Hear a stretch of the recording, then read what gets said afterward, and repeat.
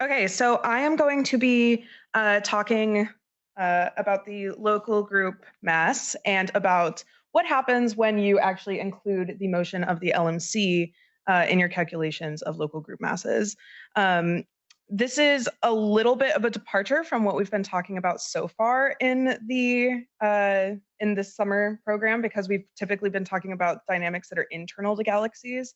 So this is going to be like a weird foray from that into a space of talking about stuff that's external to galaxies. The subtitle for this talk is Old Man Yelled at Cloud because that's what I have been doing for the past 6 weeks. So for some context about the external, bigger picture of what we're talking about, we're looking at the local group and we want to know what its mass is. Okay, so the local group, I imagine most of you are fairly familiar with the local group at this point, but it consists of the Milky Way and Andromeda, which are the two largest galaxies, as well as the Triangulum galaxy M33 and the Large and Small Magellanic Cloud, which are both satellites of the Milky Way. There are also an abundance of other satellites. Pay no attention to these huge satellites in this picture of the Milky Way because they're not actually, they don't actually exist. The local group is approximately 1 megaparsec in size and has a mass somewhere between 2 and 5 by 10 to the 12 solar masses. But this is a pretty big, a pretty big range of potential values that the mass of the local group can take on.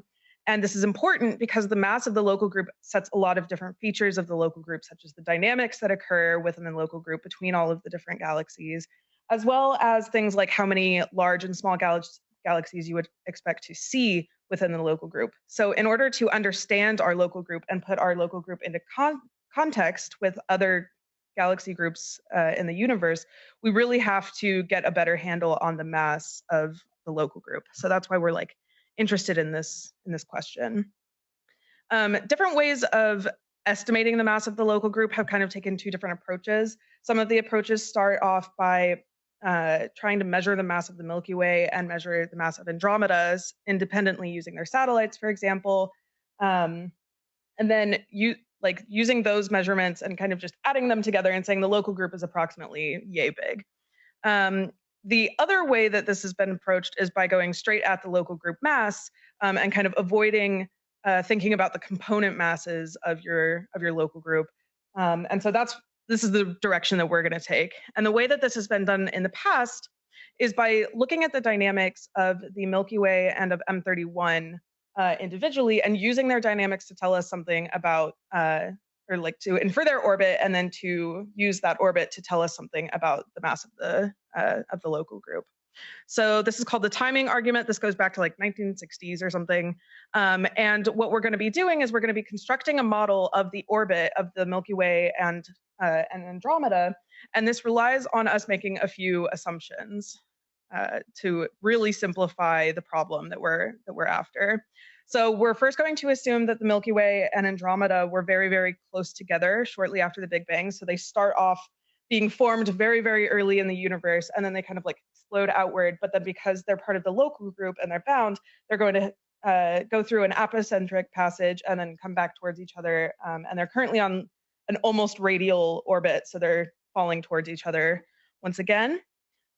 We assume that we can neglect the Hubble flow because, like I said, the local group is bound.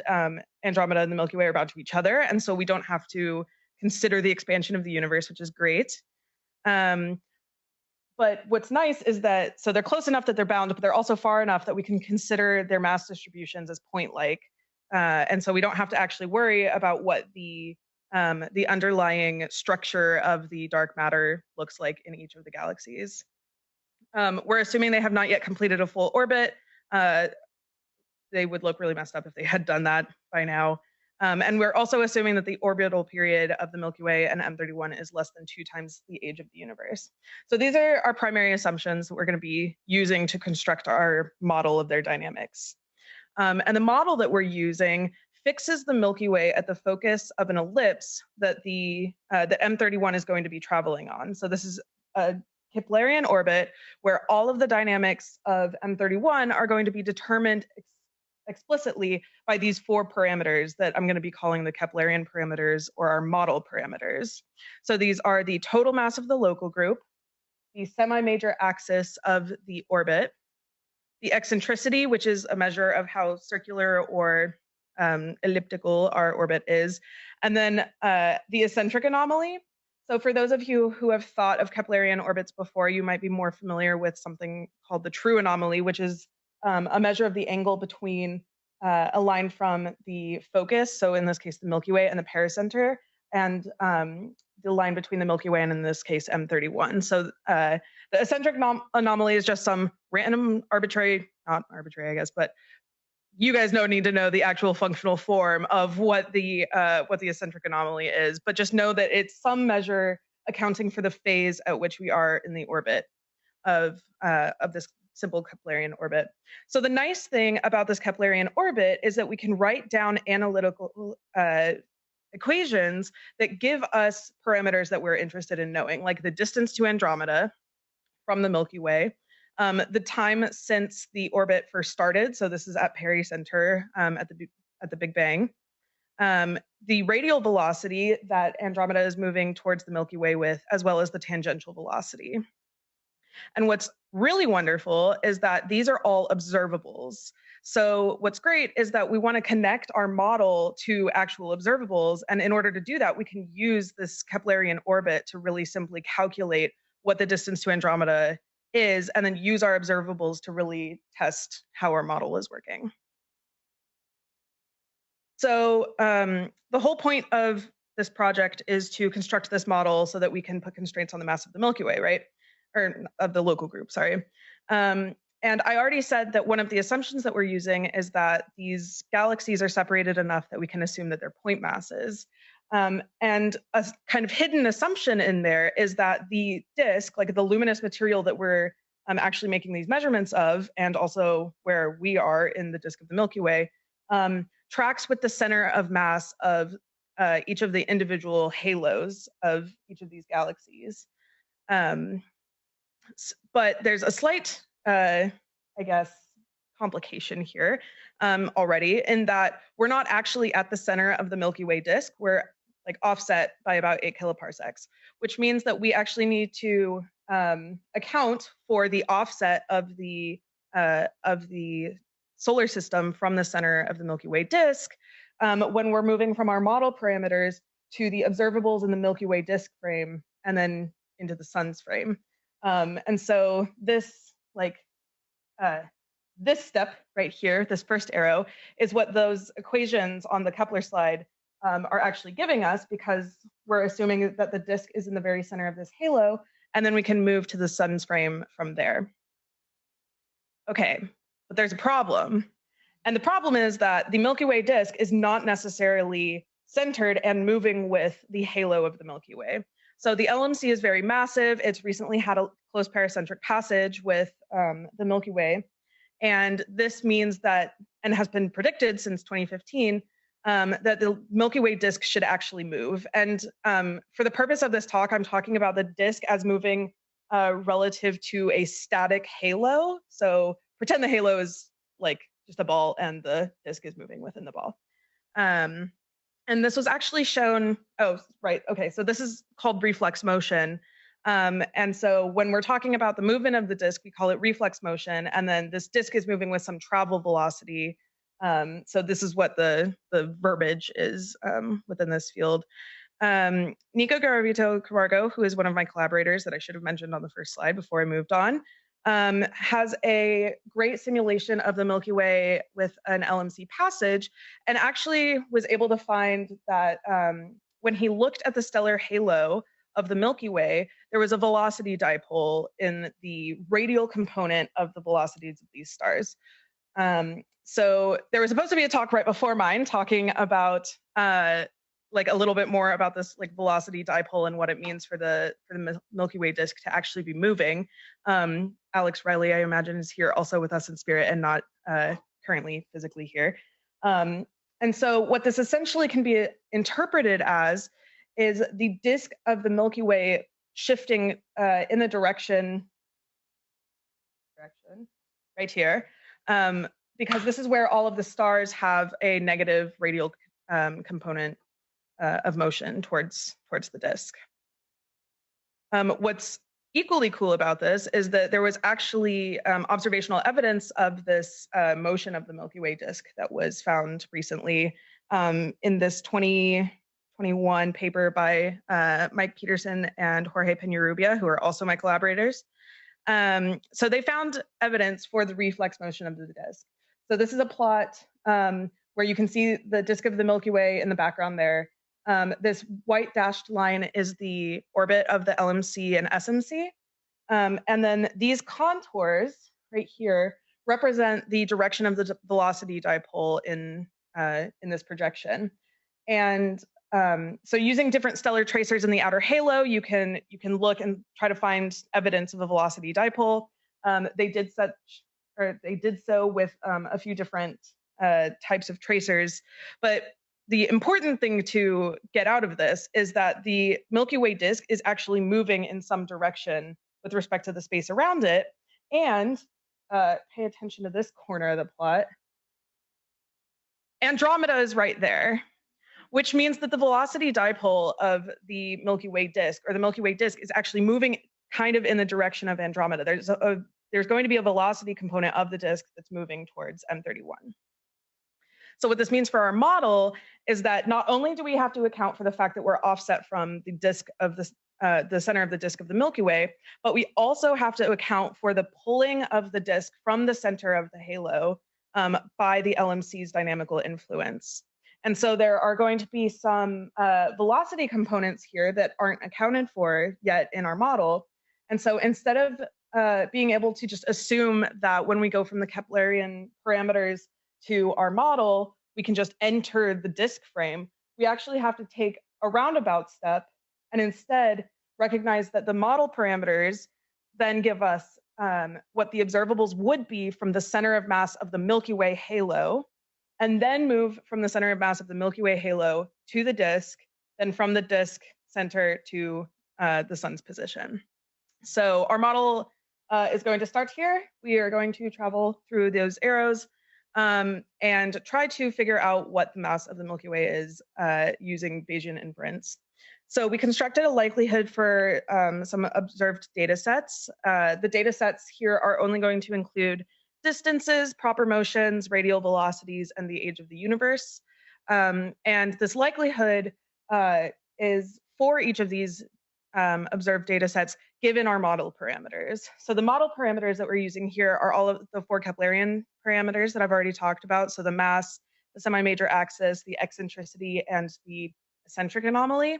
And I'm not trying to trick you by throwing in this alpha parameter here. This is a nuisance parameter that we have to use to account for the, I guess, rotation difference between the direction of travel of Andromeda and its own plane to what we would actually measure as RA and DEC for our proper motions on the sky. So it's kind of a non-physical parameter, I guess, and we can just kind of pretend it's not there. But we do have to fit for it in our model. Very important. We're using 2 different data sets to look and see how our model responds to differences in the data sets. You really don't need to know what these numbers are here, except for the fact that data set 1 contains lower proper motions, but also lower proper motion errors, whereas data set 2 has higher proper motion errors. And then the distances are roughly equivalent, but the error on the distance in data set 2 is much lower. So I might mention that in a bit. So we used PyMC3, which is this Python module, to run an MCMC and sample from our model posteriors. And so this is going to be the posterior PDFs of 3 different orbital parameters: the total mass of the local group, the eccentricity, and the separation between Andromeda and the Milky Way. So I want to first plot here the distributions that we have when we're not including the velocity of the disk. So we're going old school. We're pretending the disk is sitting at the center of the Milky Way halo, and we just wanted to see how different data sets would affect the recovered model parameters. And you can see that. So here is the posterior PDFs for the separation between the Milky Way and Andromeda. And because we used a data set that has much better constraints on the distance to Andromeda, we already are getting like a much different posterior distribution on the distance. There are some fluctuations in like what the expected masses could be. So we're actually getting that the masses have like could span quite a bit of a bigger range, but also that the eccentricities could be much lower in the second data set as well, because we have higher errors on the tangential velocity of M31. So now we want to see what including a travel velocity of the disk is going to do to our model. And what happens is that when you include a travel velocity of the disk, you actually end up recovering much lower masses than you would if you did not include a travel velocity for this disk. We can think about this as, or like kind of conceptually, by imagining that if the LMC had never passed by the Milky Way, the disk would be stationary and would have less radial motion towards Andromeda. So it would look like Andromeda and the Milky Way are moving much more slowly towards each other, and that would imply a lower local group mass. And so we can kind of use like our physical intuition to understand why changing the travel velocity really changes the posterior distributions of these parameters. But this is really interesting to see because previous measurements of the local group mass that have used this timing argument have not taken into account the travel velocity of the disk. So they're going to get, on average, much higher recovered masses for the local group. One thing that I haven't yet mentioned is that the travel velocity is not super well constrained yet. I guess I didn't mention it on the slide where I showed the velocity dipole, but the measured velocity of the disk that they measured in that paper was approximately 32 kilometers per second in the direction towards Andromeda. And it's actually likely that the travel velocity might be much higher than this. And so because we don't have great constraints on what the velocity or the travel velocity is of the disk, we wanted to take a look at the recovered local group mass as a function of our travel velocity. And so this is a plot of the recovered local group mass as a function of the travel velocity. It's very likely that we'll find very high travel velocities, like out, I don't know, higher than 32. These two data points here are using a travel velocity of 32 kilometers per second from the Peterson and Peñarrubia paper, and what the standard deviation is on the local group mass that we recover using our model. So, it's likely that the timing argument is only going to provide lower and lower local group masses as we continue getting better measurements of the travel velocity. And so what I wanted to leave you with is that previous measurements of the local group mass have not accounted for the induced motion of the Milky Way disk from the LMC. And so we constructed a Bayesian model that accounts for the motion of this disk and used it to infer the local group mass for two different data sets, one old, one kind of newer, and found that reflex motion, the movement of the disk, is going to lower the local group mass. And also that proper motions from the next Gaia data release are going to reduce the mass uncertainty by a factor of about 2. But the single line, I guess, punchline of our project is that we recovered a local group mass of 4.69 plus or minus 0.71 by 10 to the 12 solar masses when accounting for the dynamical impact of the LMC. Thank you.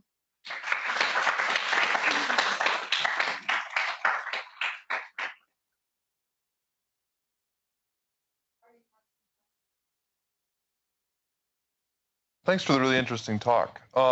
It was surprising to me that you used the Keplerian setup that you did, because from what I understand, the Milky Way and Andromeda have pretty similar masses, or at least kind of on the same order. Did you look at all at like the problem where they have really similar masses and they orbit around a center of mass, or does that not change the answer very much?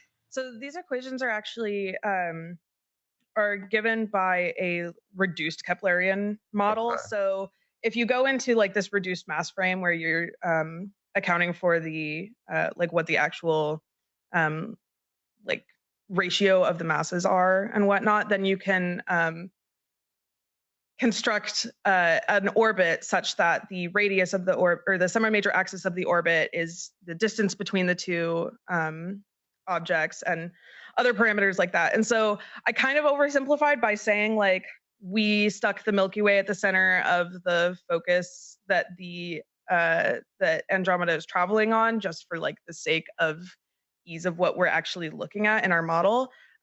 So yeah, this should be accounting for all range of. Okay, so it's a reduced Keplerian problem. Okay, cool. And also, the Andromeda has a couple of pretty large satellites. Are those big enough to account for any uncertainties in your scenario, or? Yeah, totally.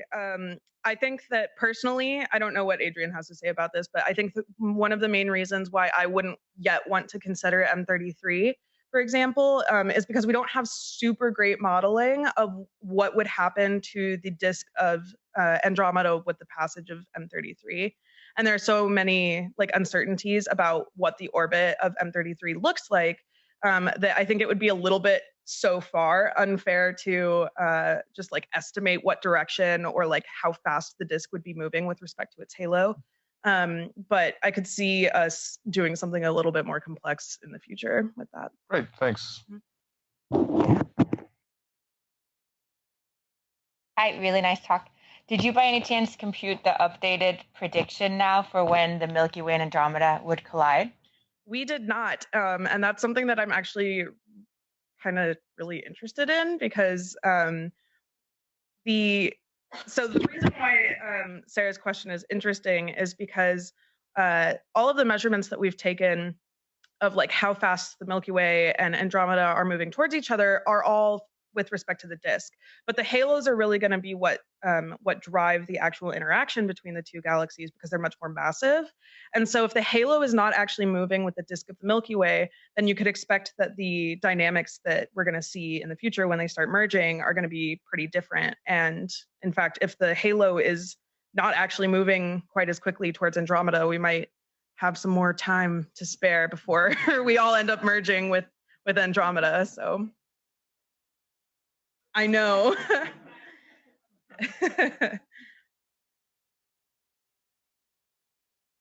Great talk. I was wondering, of course, the reflex motion is a very important dynamical effect, but the mass is certainly over the course of a Hubble time, the mass of the Milky Way is changing, as is Andromeda. And so what do you think might be the relative impact of that, say, relative to including the reflex motion of the LMC? I have no idea how it would compare to like using masses that actually change as a function of time. I was actually talking to Gertino about this on Tuesday, because to me it just seems absurd to like assume that there's one singular local group mass from the beginning of the Big Bang to now. And so I think this is something that we're actually thinking about looking at in simulations, is like seeing how much a change in the local group mass over time would really impact this. But I think that since most of this motion is going to have occurred once the local group was like fairly well formed, I would say, and like had most of its mass, I don't know if that's fair to say, but most of its mass, then I think we're just going to kind of like hand wave and make approximations and say that it works just fine. So.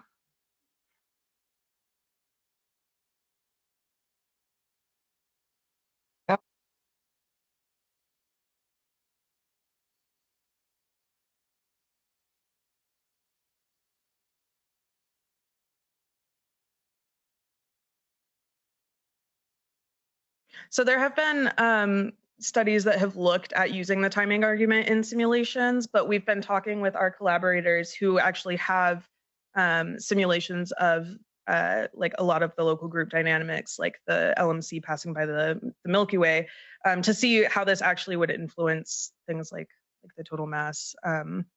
But as for comparing this with simulations and like kind of jumping into them and pretending like we're watching the local group form, I'm not sure if that's been done. I would hand that over to Adrian. People have checked to see if the timing argument works, though, without satellites, and it seems to, surprisingly, it seems to work. It's still, like, I still have no idea why it works, but...